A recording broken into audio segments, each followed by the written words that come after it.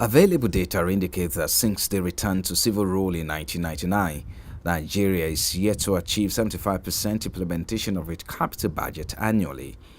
This situation, which appears to have become a regular pattern, is a major source of concern for many, especially within the business community. Between 2016 and 2017, only about 30 to 50% of the country's capital budget was implemented due to delayed passage of appropriation bill. The 2018 appropriation bill was not any different either. The assent came 6 months behind the expected time. The late assent, many analysts believe, could suppress economic growth. This is a major concern for us in the business community because of the effect that it has. First, it has implications for planning because we have quite a number of private sector operators that take a cue of their planning from the budget. It helps their planning because of the importance of government spending in the economy.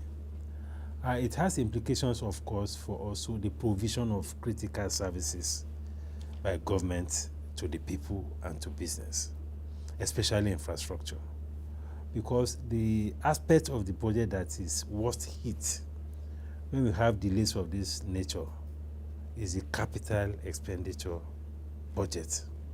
Yusuf defended the new provision in the nation's fiscal year recently introduced by the National Assembly, stipulating a financial year cycle from the actual date of assent, but posit that the January to December financial year is key to effective capital implementation.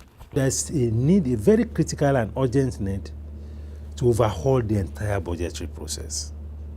We should have a proper framework. We should have timelines within which budgets will be presented, budgets will be considered by the National Assembly, and that within a time frame within which budget must be signed. It should be something statutory, and I'm aware that there's a bill already that the National Assembly is putting in place to make this happen. This will bring some more discipline into the budgetary process.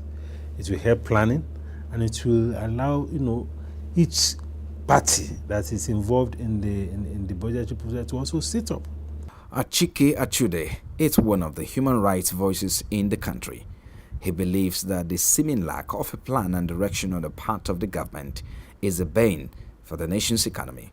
They do not forget that the budget is the basis of governance, and so when you closely tied or inexorably linked with the budget or tied to the budget is the political vision, the political and economic vision of any government, that is in power. So every promise that is made by the political class, the politicians, especially the ruling party, is implemented through the passage and implementation of a budget. While reflecting further on the face-off between the executive and the National Assembly, Yusuf is not surprised that there was no serious contention over the recurrent budget figure as much as the constituency project inserted in the budget by the National Assembly. To him, the contention is a distraction from the main concern of the government, such as fixing the roads, providing steady power supply, and other social infrastructure.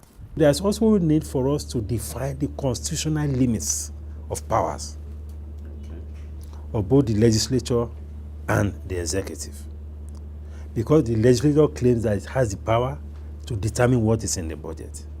The executive is saying that they don't have the power to be putting projects in the budget. All these things we need to tidy up constitutionally, and that will require a very urgent interpretation of that aspect, that section of the Constitution.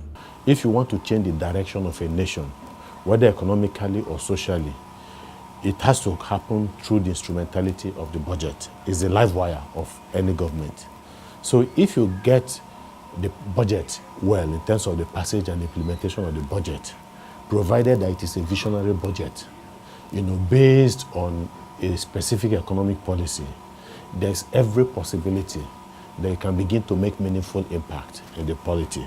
The 9.2 trillion naira budget for 2018 is by far the highest in the nation's history.